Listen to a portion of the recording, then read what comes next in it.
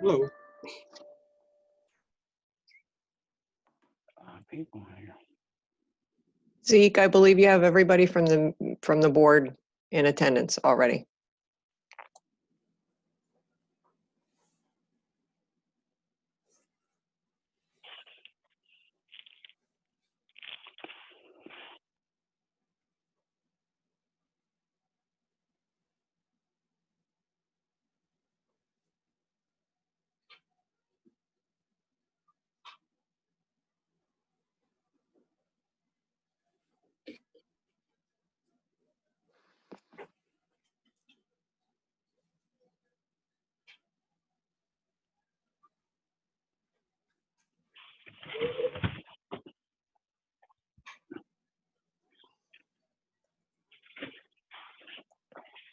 I'm going to unmute all of the board members, and I'm going to unmute Lou and Ruth Ann.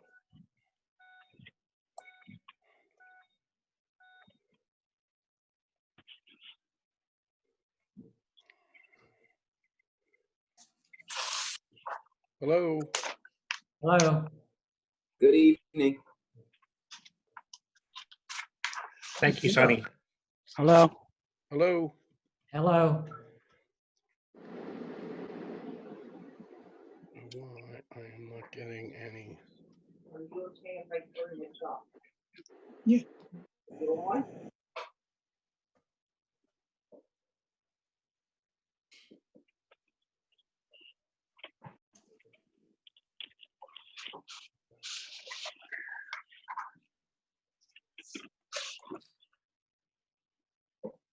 I don't see Ruth Ann on. Okay, do we have, can you hear me now? Yes. Okay. Yeah, we can hear you. Very good. 6 o'clock, I guess we can start our April 16th meeting of the Redevelopment Authority of City of Coatesville. Thank everyone for joining in. We did have an executive session prior to this meeting to discuss some legal, real estate, and litigation matters. I'd like to call the meeting to order at this time. Excuse me, Mr. DeSciullo, is Ruth Ann connected? Ruth Ann? Ruth Ann? I don't see her here.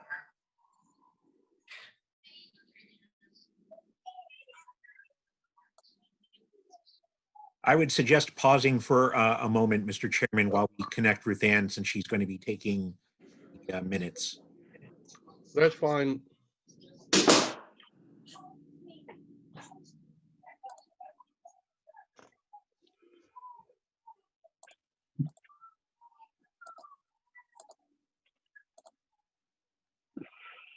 Ruth Ann?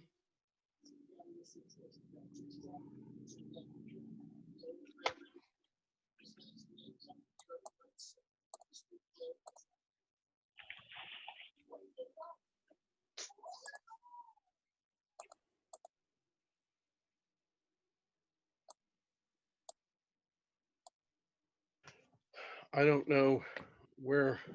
I'm trying to dial her. I have her on a phone, but I do not have her on video, and I can't hear her. And you can't hear her.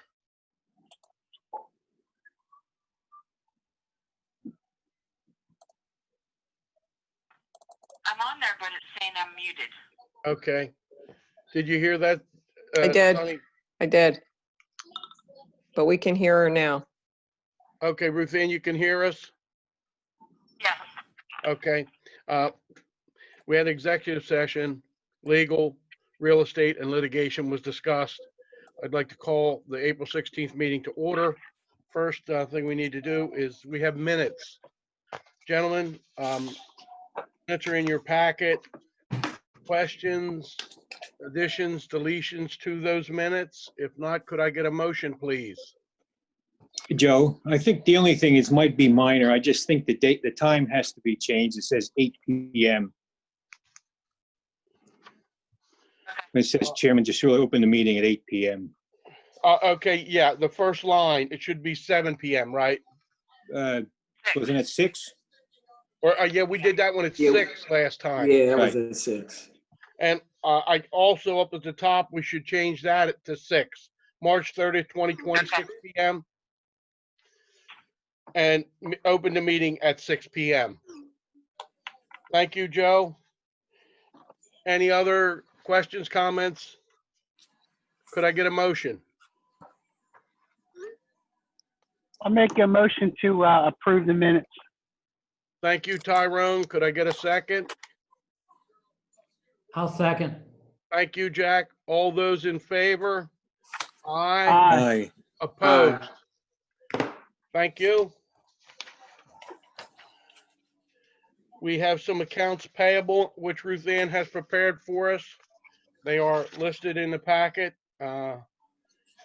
Any questions on those payables?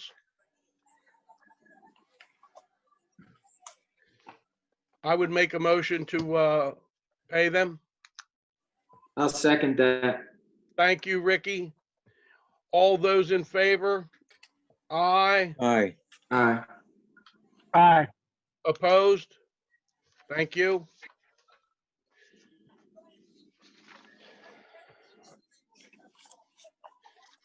Additions, deletions, or modifications to the agenda? Mr. Kumadal, will you have any, or are we good? No, I don't believe there are any, Mr. Chairman. Thank you. So the next thing we have is we have presentations, and I'd like to ask our solicitor, Mr. Kumadal, to discuss how we're going to do these presentations to the 3 presenters this evening. Thank you, Mr. Chairman. This evening's rescheduled meeting of the Redevelopment Authority of the City of Coatesville has been published in the Daily Local News, the legal notice of the rescheduled meeting that appeared in the Daily Local News on April 15, 2020, at least 24 hours before tonight's rescheduled meeting. In addition, under the authority of the governor's orders for stay-at-home requirements and the effect of 35 PA CSA Section 7501 subsection D relating to the temporary suspension of formal requirements by political subdivisions and agencies where there has been a declaration of disaster emergency declared by the governor, certain procedures and formalities prescribed by law, accepting mandatory constitutional requirements, have been suspended by effect of these orders and the statute. The board, having discussed in executive session the arrangements for the presentations, has determined that presentations will be limited to 15 minutes. Presenters should expect to start out their presentation and go for the 15-minute duration. I was going to clock them with a stopwatch using my cell phone, but since it is now our connection to Ruth Ann, I'm going to read from my computer screen at the start of the presentation the time that the presenter is starting and give approximately a 2 or 3 more minute warning in advance before the end of the 15-minute period. Presenters should not expect the RDA board to make a decision this evening. The board needs the time to conduct due diligence and consider all public comment and question that is being submitted this evening. Comments have been accepted by email to the Redevelopment Authority's Right to Know officer, Ruth Ann Moday. They are also being accepted via the Zoom chat feature as stated in the public notice. So the presentations will take place. Presenting tonight, we have David Kaplan, OWM Law, the minor league baseball stadium concept. Eric Sullivan of Sports Facility Advisory, presenting a National Sports and Events Center concept, and Derek Morgan of Kingdom Group presenting an Envision Coatesville Master Plan concept. So any questions that may arise or comments, please go to the bottom of your screen in Zoom. There is a chat function. Your comment or question will be logged, and Sunny will be able to read those questions and comments into the record during the citizens' comments on agenda items portion of tonight's agenda. Thereafter, the board will consider new business, and then the board will consider citizens' comments on non-agenda items, and then discuss when tentatively we expect to conduct the next redevelopment authority meeting. And those are the instructions that the RDA board had asked me to convey to everyone for tonight.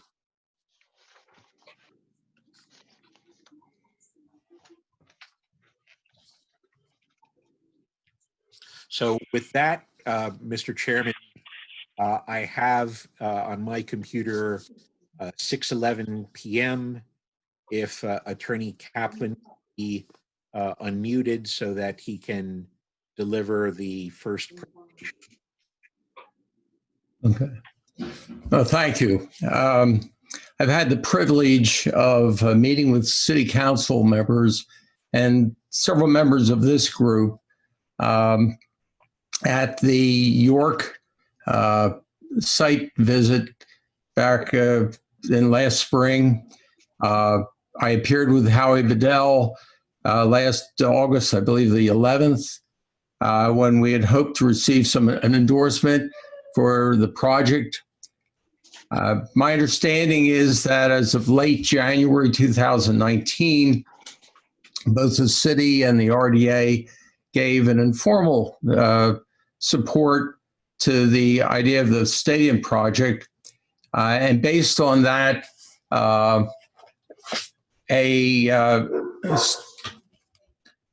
project scope analysis was prepared actually in great detail and presented last May to the city and to the RDA. And then based on that analysis, some questions were propounded to the architect and Mr. Bedell in June of 2019. And there was a pretty rapid response to that with answers which were not complete, but the answers were as complete as I think they could have been, given the information that we had at that point, where we were in the development. In fact, I think you have a significant amount of information that usually you don't have in these presentations. Mr. Bedell and I, of course, appeared on in August last year, and after that, we were told that you were going in a different direction, which we understood. The other project at this point has apparently not materialized. And on March 3, I wrote a letter to the city council, to Linda, and it also copied you folks on it, saying that the stadium group was still interested in proceeding. And we would like to move forward. That's why we're here tonight. The two major pluses have occurred since the time that we were in front of you last August. The first is that the Atlantic League, which is a professional baseball independent league, has actually committed to giving us the franchise. If we build it, they will come. And that is significant, because that's one of the big questions I know various people had as to how we were going to approach this. You're also aware that the Philadelphia Phillies are a possibility, but I'm not, at this point, Major League Baseball is doing some restructuring of its minor league system, and independent leagues are actually very much on the rise. So we do have a commitment from the Atlantic League. The other thing is that we had investors very interested a year ago, and now there are two very significant investors. Both of them have a history of owning professional baseball franchises, of operating those franchises. Both of them have significant deep pockets, and both of them have indicated a strong interest in coming to Coatesville. And one of them, in fact, is a Chester County resident. So at this point, you have probably, as I said, more upfront information than you often have before you move ahead on projects. What we're looking for is that the city and the RDA give a commitment that if we get the funding, that the flats will be available to us as a stadium project group to develop it. And I know a letter was presented to you by Alan Adler, the architect, asking for a lot of signatures. And I think the letter is, I think, an appropriate letter. If the RDA and the city says, yeah, we'd like to say it a different way, we can work with that so long as we have that commitment so that we can go to the governor. Because if we don't have that, then the RCAP, we can't walk into the governor's office and say, we're going to build a structure in a stadium in Coatesville and without some commitment from the city. So that's what all we're really looking for, that commitment that our group can move ahead if, in fact, we're to go to the governor. And that's where we're at.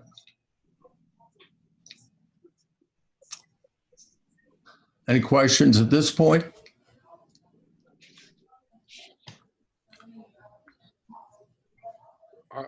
I have no questions, Mr. Kaplan.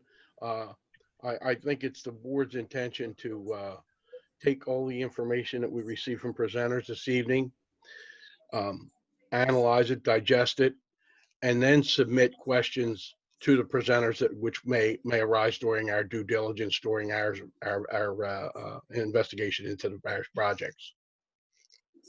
I understand. And I think it's important for me to say that I think time is of the essence on this because we have, and I've said this before to various people, we have a governor who has interest in putting money into Coatesville. He has said so. We have a governor who has already developed, who loves baseball, who has actually helped develop a stadium project in York, and is very much in favor of what we're going to be doing here. He's also a governor in his second term, and we need to get this moving because we need his support. With his support, we can go and get the funding that I think is available. And it's and people talk about starting up again. This is the type of startup that should really be what the state is looking for, what the county is looking for, and what the Coatesville community is looking for. It'll bring a lot of jobs into the community. So, okay. Thank you, Mr. Kaplan. Okay, no questions. You have a lot of material that you already have. All right, thank you. Thank you. Hey. Mr. Comadole? Next presenter is Eric Sullivan of Sports Facility Advisory. So, Sonny, I would ask if you could please unmute Mr. Sullivan. And it's 6:19. Excellent. Can you all hear me? Yes, sir. Perfect. And will we have the ability to share the screen with Zoom and you can all see that?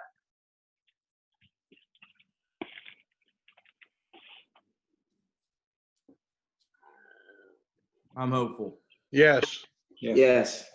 Excellent. So first and foremost, thank you very much for the opportunity to be here today and to present the RDA. We're really excited about this opportunity at the Flats in Coatesville because we truly believe that we have a transformative project for the community. So as you know, we're here to present the National Sports and Event Center. And this is a project that's, I'll say, very proven in a number of ways and evolutionary in other ways.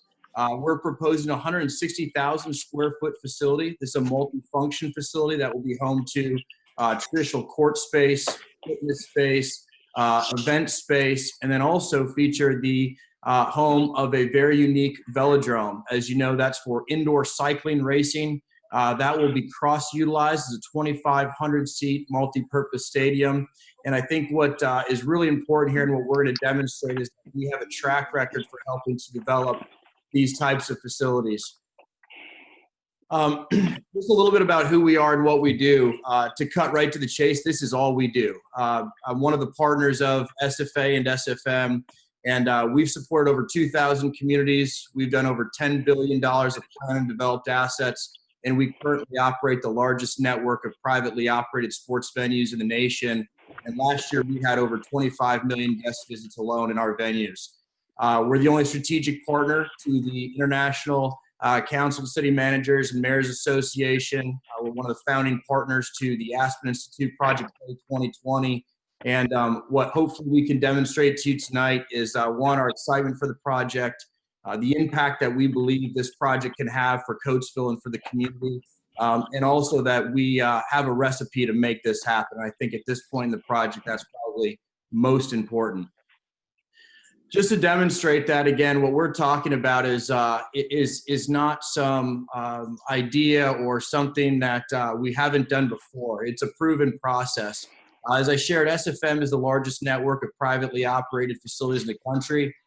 We have a number of locations, over 20 locations that we currently serve that look like everything from the largest and biggest, best sports tourism destinations in the country to a number of unique destinations such as community water parks and other recreational centers, community centers, you name it, we operate it. Zip lines, canopy tours, just a number of really fun, frankly, businesses that we get to operate.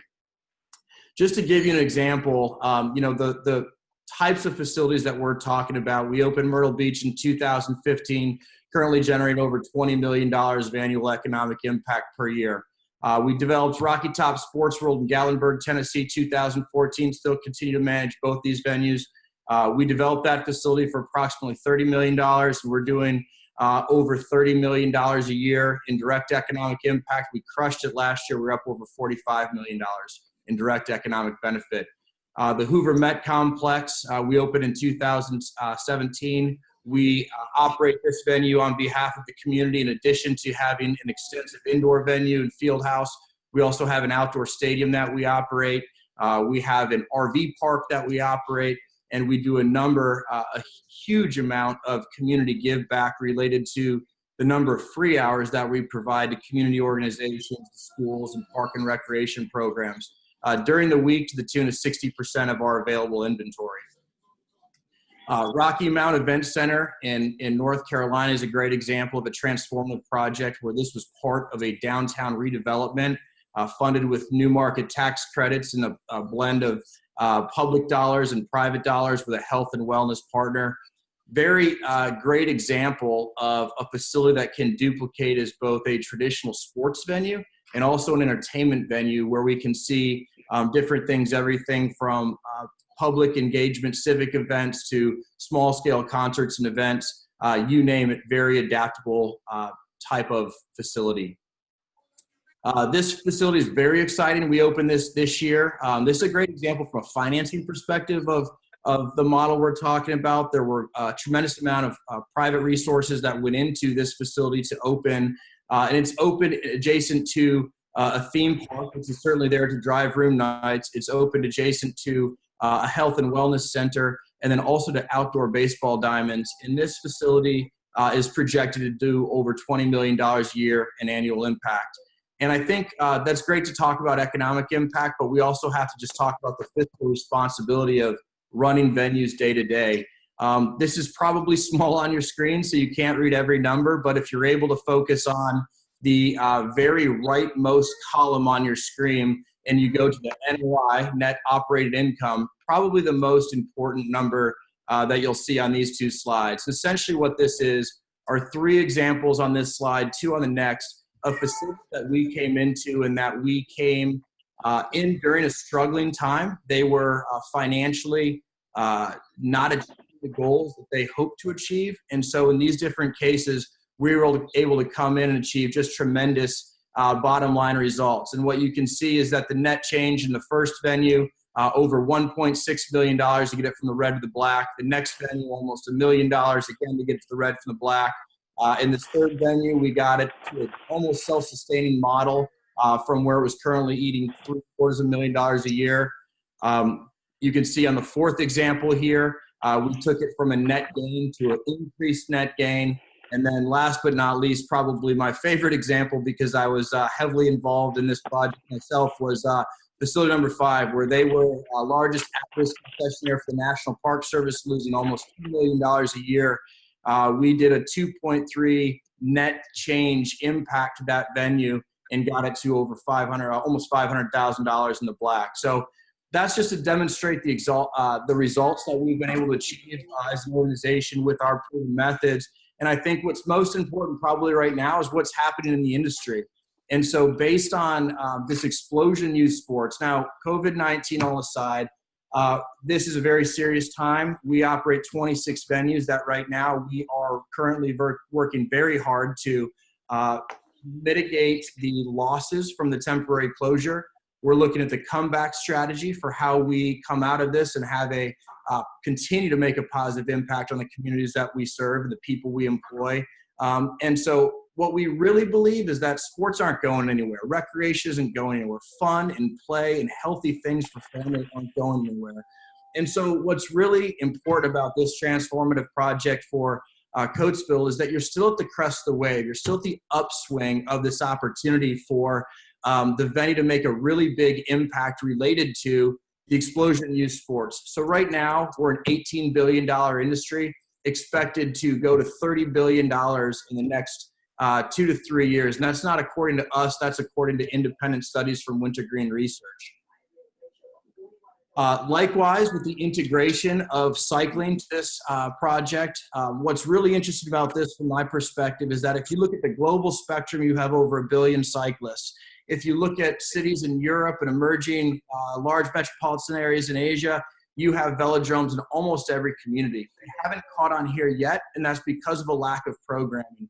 What's drawn SFA and SFM, my companies, my organizations, to partner with the WCL is really this unique and exciting opportunity that drives media, drives impact, and really is going to be, I think, the opportunity to be first of its kind, not in existence, but here locally. And again, from an adaptability standpoint, we're not putting all our eggs in this basket. Here we have over 42 million cyclists to serve domestically that this is an exciting opportunity for.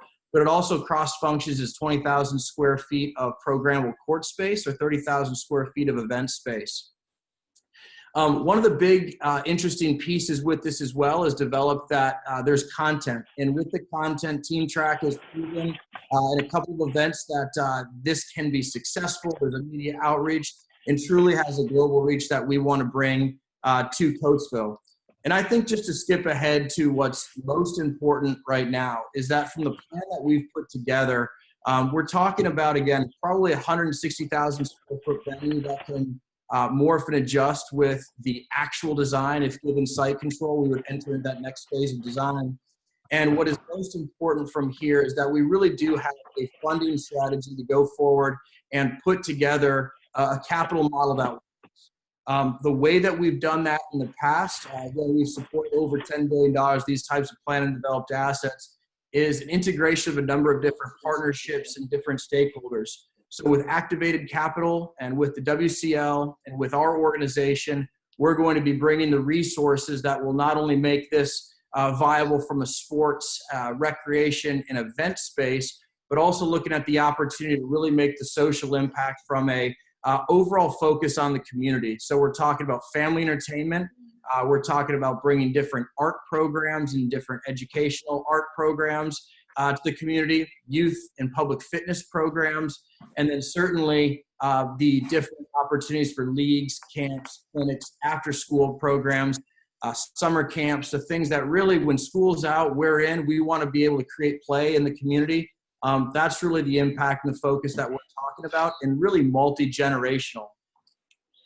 Part of this is also, we can't ignore, is truly the social impact. And so through this redevelopment, as I mentioned, transformative, we don't take that lightly. And we think there's an opportunity here that through conscious development, we can make a very, very, very great impact. The fact that it isn't an opportunity zone creates its own unique opportunities, as you know. And with Cosby and with Josh, and so are joining us here tonight, we're very excited about their opportunity to tie in different financial resources. And again, given site control, that's the very next step that we're proposing to go to. And so what we're in a position to make a submittal to the RDA tonight, and what we have proposed so far, is that we would like to have a period of 12 months of exclusive due diligence, essentially to be able to really vet out the plan and create the capital structure that's going to be needed to have a successful development. Understanding that there's some history to this project and that there have been a number of different proposals to the project. We take this very seriously. We're proposing to provide $100,000 in good faith capital up front to have a period of 12 months of exclusive opportunity for development.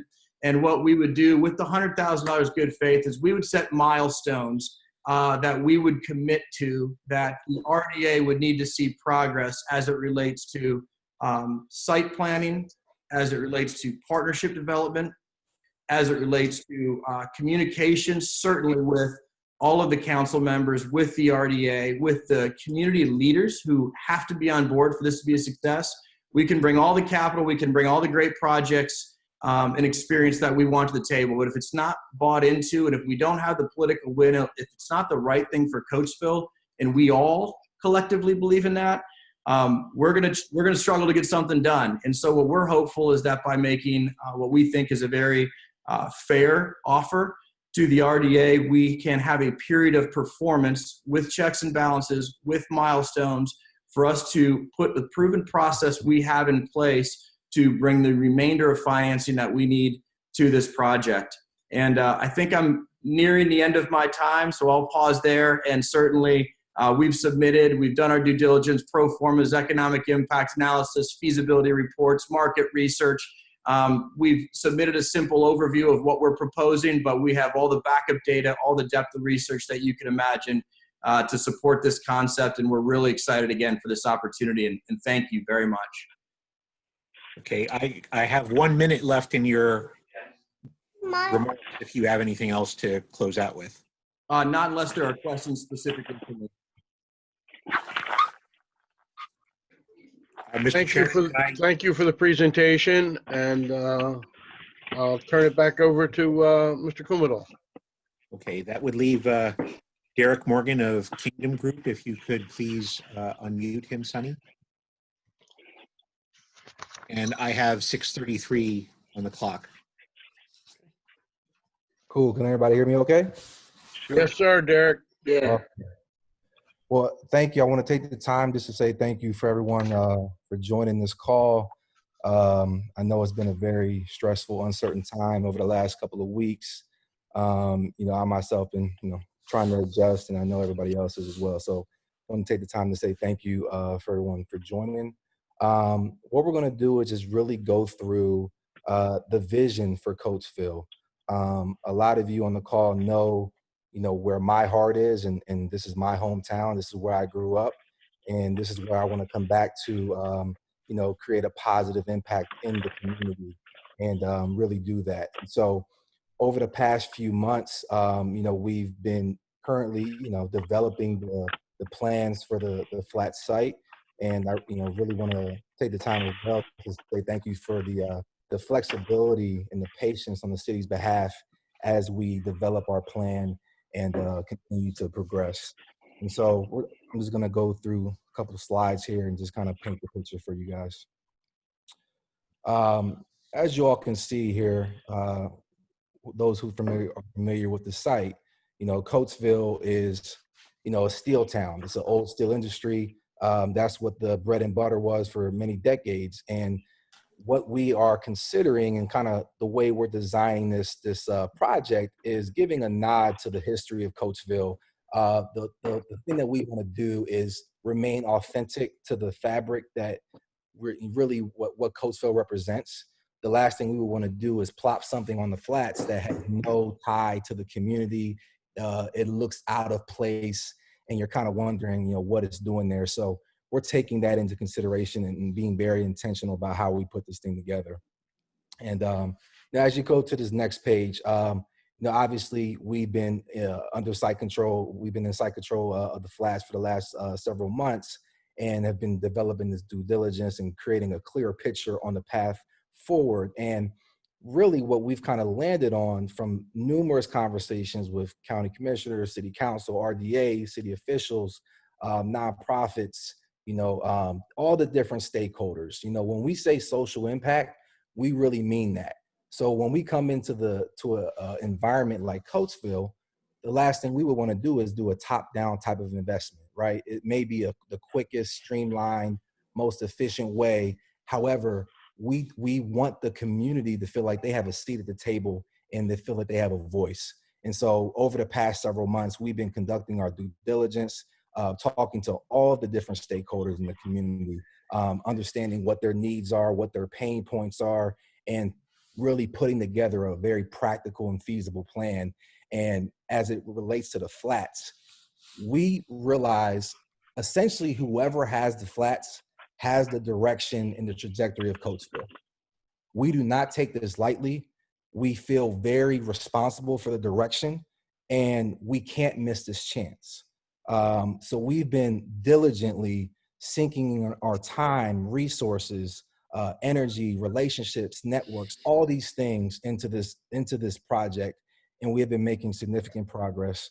And so really what we see this being is an epicenter, a hub of what we're trying to create for Coatesville.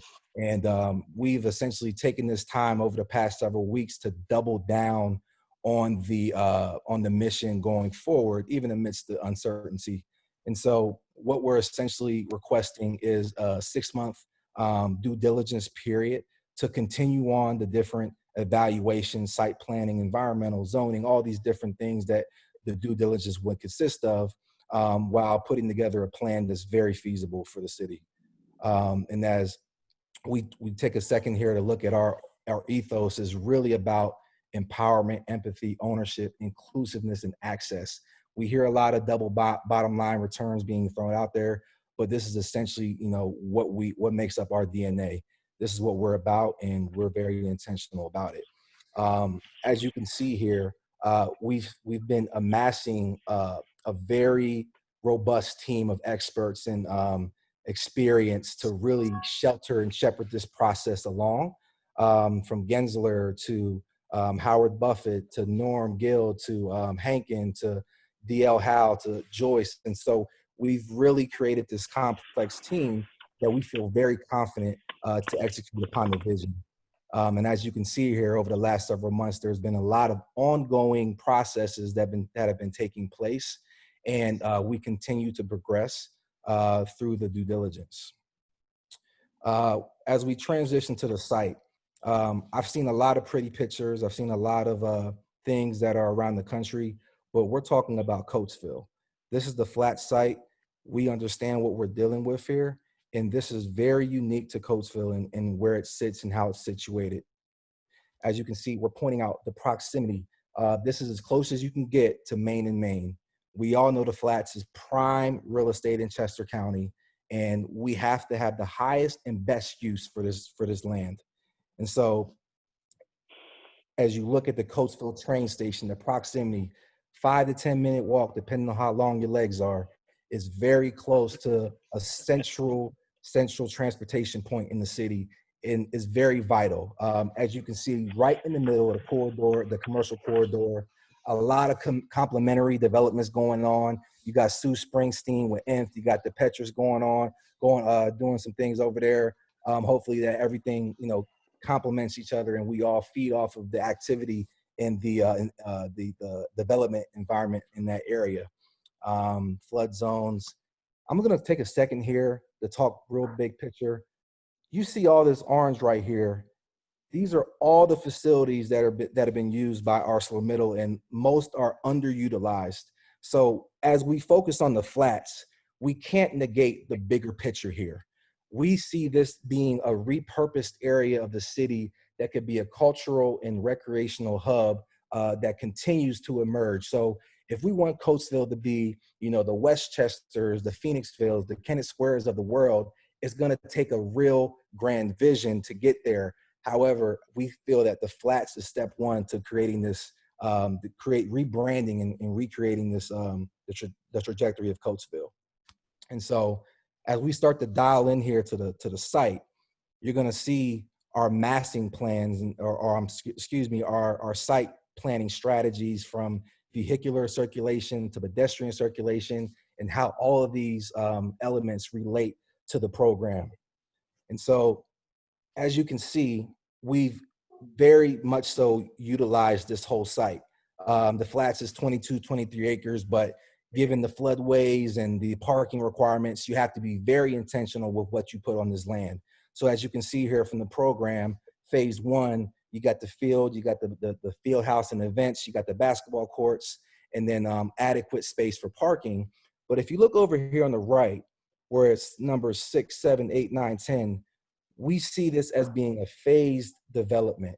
So assuming phase one is successful, we have to keep in mind what are the additional uses on the land that could complement what's going on with the sports complex and food hall. And so as you can see here, we have a hotel, food and beverage, and then we're actually even integrating the viaduct with a climbing wall, outdoor concerts and movies. So very community facing types of things. And so as you look at the massing, the one thing about the flats is I never heard of it. I used to ride my bike down Lincoln Highway to catch the link to work, and I never knew it was there. And so the one thing that we want to make sure is clear is that this is a very inviting, approachable development. We want people to walk down the street and say, hey, look, there's that project. Let's walk up on there and see what's going on and see how we can spend our dollar. And so that's essentially what we want to create, with the proximity being the main and main, a very accessible point of access for the city. And as you can see from this plan, which I'll get to later, it goes into it. But essentially, what we're trying to encompass is a synergistic, complementary hub / destination for all different walks of life to attend to. So whether you're 0 to 100, whether you play sports or you don't play sports, we want this to be something for everyone to interact with. And so whether you're a single parent who has a kid playing AAU basketball, or you're somebody who wasn't blessed with athletic ability and you just want to go grab a bite to eat, you got everything, all these different types of uses for you on there. And so here's just a clearer picture of what this site could look like, given the different massing considerations. And so as we continue on through the different design examples, you see the lobby. When you come in, we want it to be something modern, but at the same time, we want it to be authentic to Coatesville. We don't want this to feel like Midtown Manhattan. We want it to feel like this is a newer and better Coatesville. And so every piece of this design takes in consideration the existing community, the history, the richness of that. And so with Coatesville being so rich in sports, this is our way to draw people to the flats. Whatever stigma you have about Coatesville, you can't say anything negative about the sports. When you step on the field with somebody from Coatesville, you know you got to bring your A game. And so when we talk about sports and bringing that draw, that regional draw, we are utilizing and leveraging the sports history of Coatesville to bring people onto this land, into this environment, but still have other ways for them to interact at the site. And so as you can see here, there's a traditional field house. Spent a lot of time on these surfaces throughout my years in the NFL. But the thing that stands out here, is the transitional multifunctional abilities of this space. This can be programmed for a large conference, an expo, a jobs fair, whatever have you, large meeting gathering space in Chester County, which is something that we currently don't have. So why wouldn't you put it in Coatesville, which sits directly in the center of Chester County? And so we see this as being a big opportunity and filling a big gap in the market. And as you continue on with the program, we have outdoor fields for lacrosse, field hockey, football, and what have you. And so we've done, some initial market analysis. There's plenty of demand in the market, from U.S. field hockey to lacrosse to the Westchester Lacrosse Association. These entities have expressed interest in utilizing these facilities for their practices, games, tournaments, etc. With the basketball court, again, another multifunctional space within this project. Obviously, basketball, volleyball, but again, can be transitioned for an expo conventional space. And again, here you see some of the initial regional demand in the area, from basketball to volleyball, AAU leagues, and et cetera. This is where you kind of get interesting in terms of the food hall and the retail. We see this as being the social hub, where this could be utilized 365 days out the year, 7 days a week, multi-use, multifunction. This is going to be attractive to diverse amounts of consumers. And so we're really wanting to play on, this as being the anchor, the social hub of all the activity that's going on within this facility. An event space. Now, this is where you talk about community programming, educational programming. So we want this to be accessible to the everyday resident. So if you come up to this building and you want to, and there's nonprofits that need to lease out space for different types of programming, this is where you're going to do it. More support space, a spectator platform. And really, when you look at this and what it could be, you see the history of Coatesville being embraced with a modern design. But what you see is it's approachable.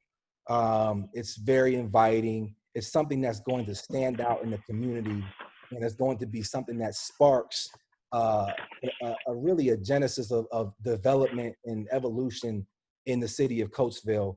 And, we talk about funding sources, all these other things.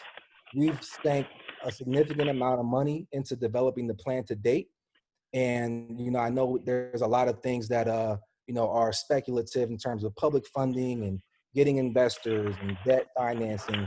All those things are unknowns. But, I'm taking a minute here to say, look, I'm an investor.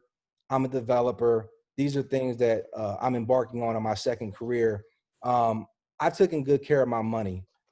So if this is something where I have to self-fund this project from start to finish, I'm fully capable of doing that, and I won't miss a step. I think there's a lot of potential here, and I'm willing to make this thing happen. And really,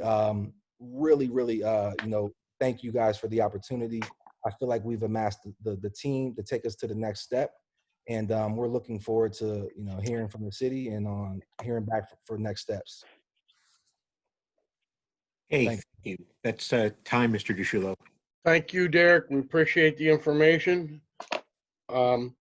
We now have some comments on agenda items. And I think both Ruth Ann Mowdy and Sonny Hunsinger have some things that we need to bring forward. Ruth Ann? Okay, I received an email from Alfonso Newsom, and it's, hello, my name is Alfonso Franz Newsom, and I'm a resident and former business owner in Coatesville, PA. For 23 years, I've opened and closed the doors of my business in a community that was in a state of decline. For those 23 years, I have, with others, had very little hope or confidence that our city would ever rebound, but we never quit. The emergence of Derek Morgan's Kingdom Group has brought on a sense of hope and belief that our city can rise again. The emergence of this group with a homegrown resident and sports hero, its head is the feel-good story of a lifetime. a hometown hero that never forgot home. This is the story of a lifetime. The story most cities or towns will ever experience. To top this off, it's not a plan devoid of all that's necessary to turn our city around. All the ingredients are there. A project that will not only invite a diverse group of clientele, but also homegrown enough to garner an intense loyalty that would not be duplicated in any other project without local roots. A project that's inclusive without being exclusive. A project that stays to the roots of the city that have produced such stars as Rip Hamilton, Jamar Brickett, Bree Bryant, and others. It is my hope that in your deliberations that you find a project that's being spearheaded by Kingdom Group acceptable to the vision of Coatesville Rising. Thanking you in advance, Fonz Newswell. That was it. Okay, Sonny, you had, Yes, can you hear me? yes, So there were some questions submitted by Crosby Wood of New Heritage Properties. And number one is, how many projects similar to the one you are proposing has your team funded in the last 2 years? Number two is, what management group will operate your proposed facility and what is their experience? Number three, how many projects similar to the one you are proposing does your team currently manage? And number four, what is your process and experience in pre-opening?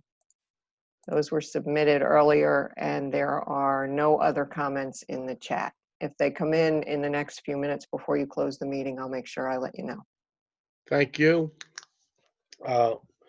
We had our comments on citizens' agenda items. We have new business is the next thing we need to address at our meeting here. We have a proposal from BBD, our auditor, to conduct the audit for 2019, not to exceed $10,000, $8,000 for the audit, and $2,000 for the single audit if it's required, based on the money we received for the train station project. If you remember, because there's federal money tied up with that, there was an additional audit that was required because we had received so much through PennDOT. So, what's your pleasure, fellows, on accepting BBD's proposal? They've been doing our audit as long as I can remember. I make a motion to accept it. Thank you, Tyrone. Could I get a second? Was that you, Joe? Yep, I'll second it, Joe. Thank you. All those in favor of accepting the BBD audit proposal? Aye. Aye. Opposed? Thank you. We have an order from Tom Taylor. They cut the fence again there, going back to the properties along Fleetwood Street. And he estimates it'll be about $200 to repair that fence. I would make a motion that we repair it. We need to secure the area. Yeah, I would second that, Joe. Thank you, Ricky. All those in favor? Aye. Aye. Opposed? I have one question. Are we renting that fence? No, we purchased that fence, Tyrone, because of the experience which we had on the flats with renting fence. If you remember, we were renting that fence along the flats there forever, and I think we ended up paying for it 3 times. And then Bright Realty through Tom Taylor was able to negotiate a deal for us to buy that fence. And then when we did the demolition there on Fleetwood Street, PennDOT agreed to fund purchasing the fence because it was an unknown amount of time that we would be between the tear down, the demolition, and the construction on the site of the train station. So we own that fence. Okay. Am I on? Yes, Tom. Just to clarify, we actually, the fence around the perimeter, which this area that was cut is part of that, you do own. I had nothing to do with it. When you guys originally cordoned that off in the demo, you bought that fence. About almost a year ago, we rented additional fence from National. We did rent that to create that temporary parking area.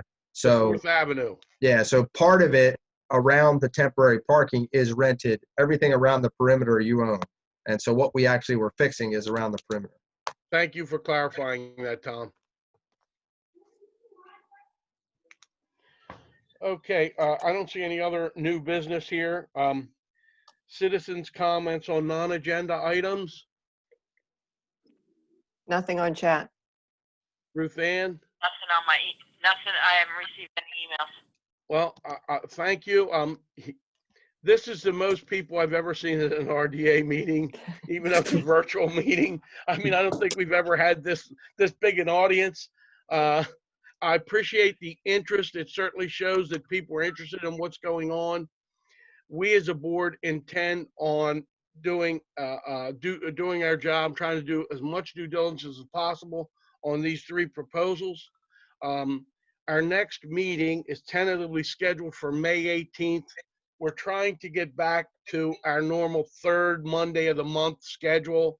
You know, we were thrown a curveball there in March, and we were going to go up to the hotel closed. So Sonny figured out this Zoom meeting, the virtual meeting, and it worked very well. We figured we'd do it this time, and we may be doing that on the 18th, but we're trying to get back to our regular schedule so that you know that, hey, the third Monday of the month is when they have their meeting, whether it's in person or Zoom. I would say to all the presenters that anticipate some questions coming back to you from the board as we go through our reviews. And you know, we certainly, not that we have to, we would like to be able to make a decision by the 18th, so we could, because it'll have to be voted on at our meeting. So we'll try to get questions to you hopefully next week. And if you could get your answers back to us, that would be wonderful. Joe, we have one more question in chat Go ahead, Sonny. from James Logan. I would like Crosby's questions to be answered, I would like Crosby's questions to be applied to all the presenters tonight. What is the rate of success for SFA projects and how long before a positive cash flow is realized? And that's it for in the chat room.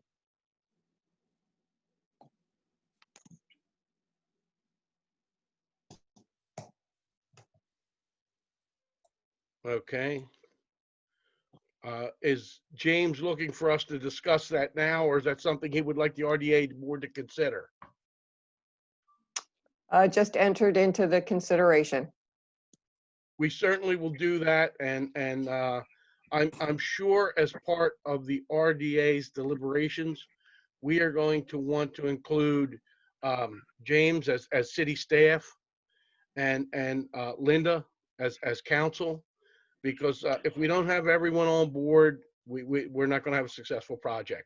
So no matter which way the RDA board decides they'd like to go, they're going to need the support of city council and the city staff. So I appreciate all the presenters taking the time this evening, and we hope to get back with you later next week. Thank you. Having no Bishop, further ask for an business, adjournment. 18th is tentatively our the next meeting. Could I get a motion to adjourn? We don't have anything else, do we, Mr. Commodore? Not that I'm aware of. Could I get a motion to adjourn? I make the motion. Thank I'll you, second that. Tyrone. Thank you, Joe. Again, I thank everyone for their interest and for tuning in, and we'll look forward